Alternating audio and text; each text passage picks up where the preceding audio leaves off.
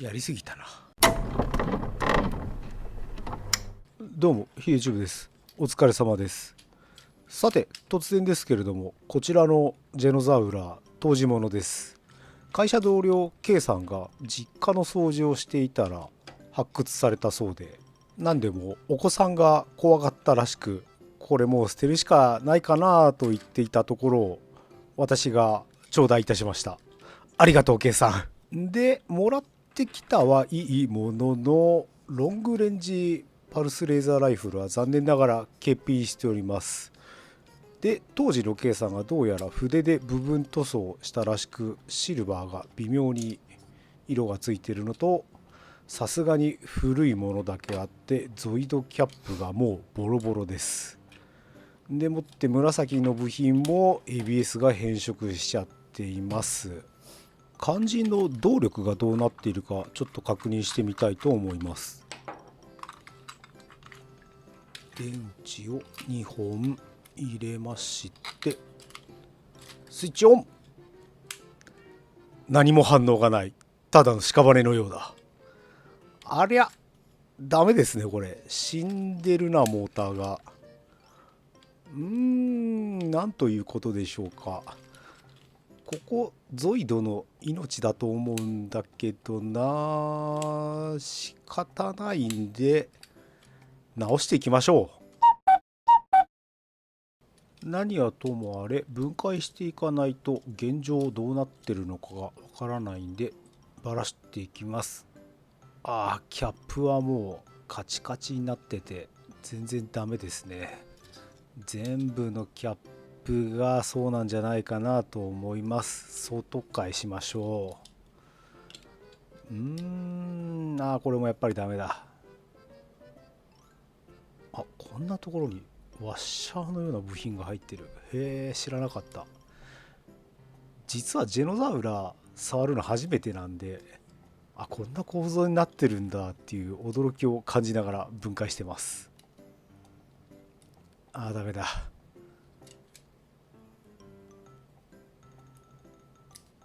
いしょ。こいつもダメだ。やっぱりキャッパーダメですね。順調に分解を進めて動力が見えるところまでやってきました。パッと見だとそんなおかしくはないけどな。よいしょ。首も割りまして、んあなんか落ちた。折れてますね部品が。ここ軸が折れてます。接着したような跡があるんで、今分解した時に折れたものではなさそうですね。ここは後で修復します。やっと動力ユニットまでたどり着きました。外見ではおかしいところはなさそうです。なんで動かないのかはちょっと分解してみないと分かりそうにないですね。一応動力ユニット単体で電池を入れてみて確認しましょう。うんともすんとも言わないっすね。ダメだこれ。ということで動力ユニットも分解していきます。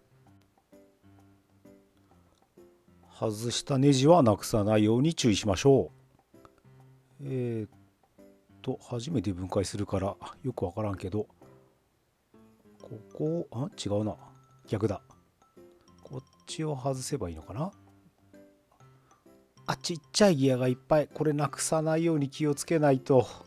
パッと見た感じだとギアが欠けて噛み込んでるとかそういうことではなさそうですね。空回りは一応します。ということはやっぱりモーターがいかれてんのかな。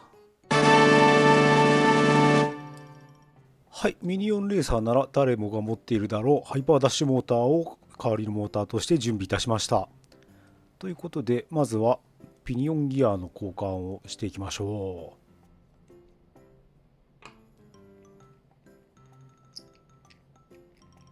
う。動力ユニットのモーターから外したピニオンギアをハイパーダッシュにつけていきます。危ない危ない。で次にこの純正モーターを外していかなきゃいけませんので、もう何年ぶりかわからないですけれども、ハンダゴテを使っていきます。やけどには気をつけてね。作業していくにあたってギア類は邪魔なので一度全部取り外してしまいます。位置関係を忘れないように注意です。まあ間違って組むことはできないかな、このパーツ構成だと。でこっからが問題で、モーターが思ったほどギアケースから離れないので、結構アクロバティックな姿勢でハンダを外していくことになるかな。配線全部取っちゃうのもそれはそれで手間なので避けたいところ。ちょっとアクロバティックにやりましょう。良い子は真似しちゃダメだぞ。ハンダを吸い取って外そうとしたんですけれども、ちょっと炙っただけで配線がペロッと外れましたので、ハンダ吸い取りは正直必要なかったです。このまま少し炙って配線だけ外してしまいます。反対もちょっとポジション取りが難しいですね。あ、取れた取れた。よし、とりあえず純正モーターを外すことができました。次にハイパーダッシュモーターをつけていきますが、作業スペースが狭い上に線が細くてよく見えない。悩ましいな、この作業姿勢。なんとかうまくやっていきましょう。ハンダ付けを普段全くしないので、何年かに1回やると、自分ハンダ付けめっちゃ下手くそやんってへこむんですよね。今回もなかなかうまくくっつけることができなくて泣きそうになりながらやってました。どうや、くっついたかな。よくわかんねえ。なんとかモーターをくっつけるところまで行って電池を入れてスイッチを入れてみましたが、なぜかモーターが回りません。ちょっとこのままじゃ拉致があかんなということでテスターを用意いたしました。こちらですね。どこが導通おかしいのかこれでチェックしてみます。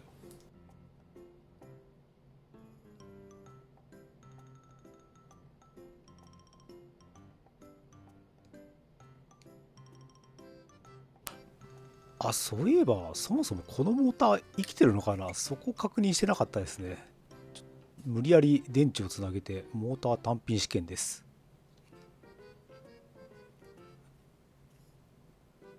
こっちじゃうまくいかんな。こっちにしましょう。よいせ、どうだ。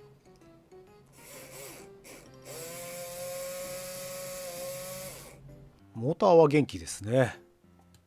はい、やっと原因が分かりました。この真ん中に見えている白い筒状の部品、こいつが多分ヒューズなんですけれども飛んでます。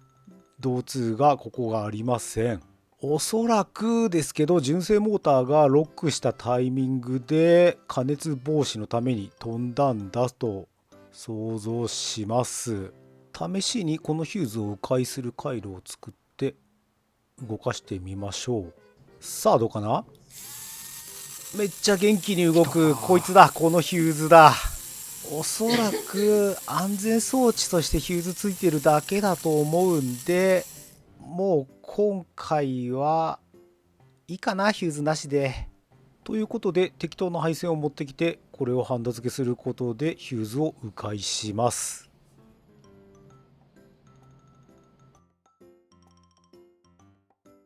最後にギアを元通りに組みましたら動力ユニットの修復完了です。スイッチを入れ忘れるところでしたね。危ない危ない。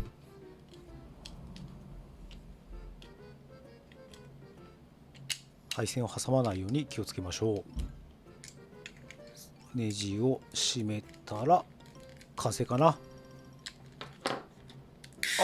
動いた。ええやんええやん、バッチリでございますよ。 LED もビカビカですね。よし、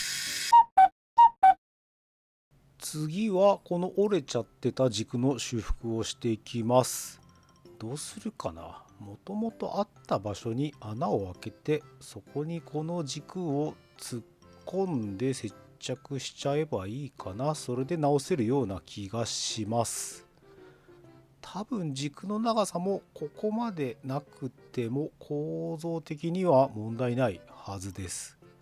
普通に接着してもまた折れるだけなんでね、強度を上げる方向で修理をしましょう。軸径を測ったらその直径と同じピンバイスで穴を開けます。でその穴に折れた軸を突っ込みまして、あとは接着すれば元より強度は上がった状態で直ったことになるかな。これで接着しましょう。それでいいでしょう。目のクリアパーツなんですが、どうやら筆でクリアグリーンを塗っちゃったようです。せっかくなんでこれを元の色に戻していきたいと思います。とりあえず外してみましょう。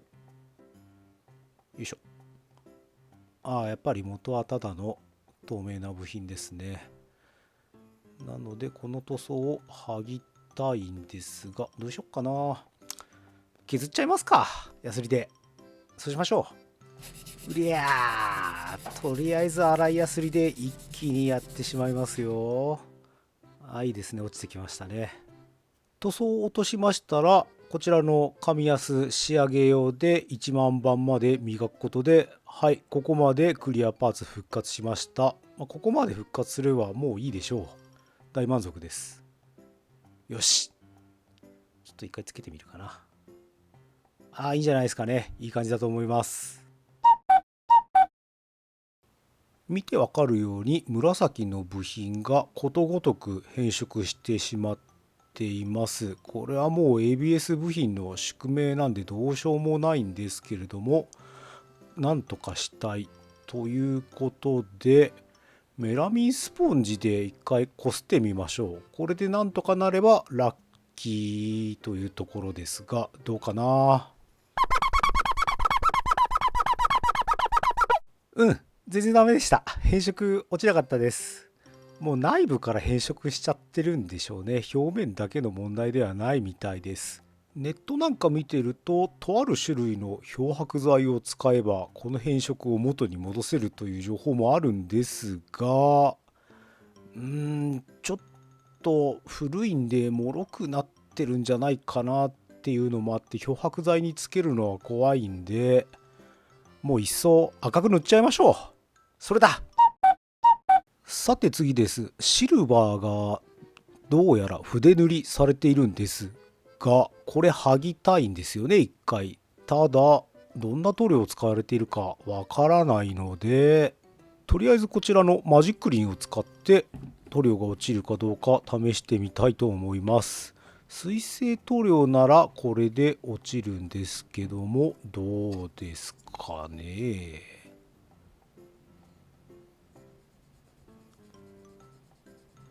落ちるじゃん。いいですね。これ水性塗料のシルバーで塗装されているようです。ということはジップロックにシルバーで塗装された部品を全部突っ込んでマジックリンを入れて放置しとけば色を落とせそうですね。そうしましょう。でジップロックでマジックリン付けにして塗装を落とした部品がこちらになります。せっかく塗装を落としたんですけれども、こっから缶スプレーでもう一度シルバーに塗ります。なんとなくそんな気分なのでもう一回塗装します。部品の修理と塗装が全部終わりましたんで組んでいきたいと思います。ちなみに赤は今回キャラクターレッドを塗っております。なぜなら手元にたまたまスプレー缶があったからです。このキット首周りの構造が結構複雑で、説明書なしだと間違えながらトライアンドエラーで組むっていう感じになっちゃってます。この辺とか組む順番間違えると、しまった、あの部品が先だったってなりがち。よし、いいですね。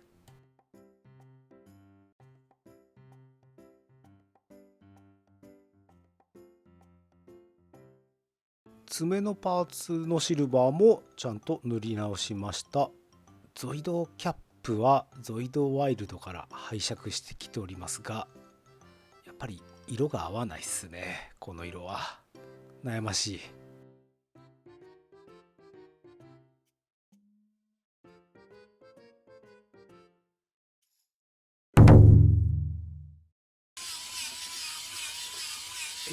ハイパーダッシュモーターのおかげで大変元気なジェノザウラーになりましたが、ちょっとやりすぎましたね。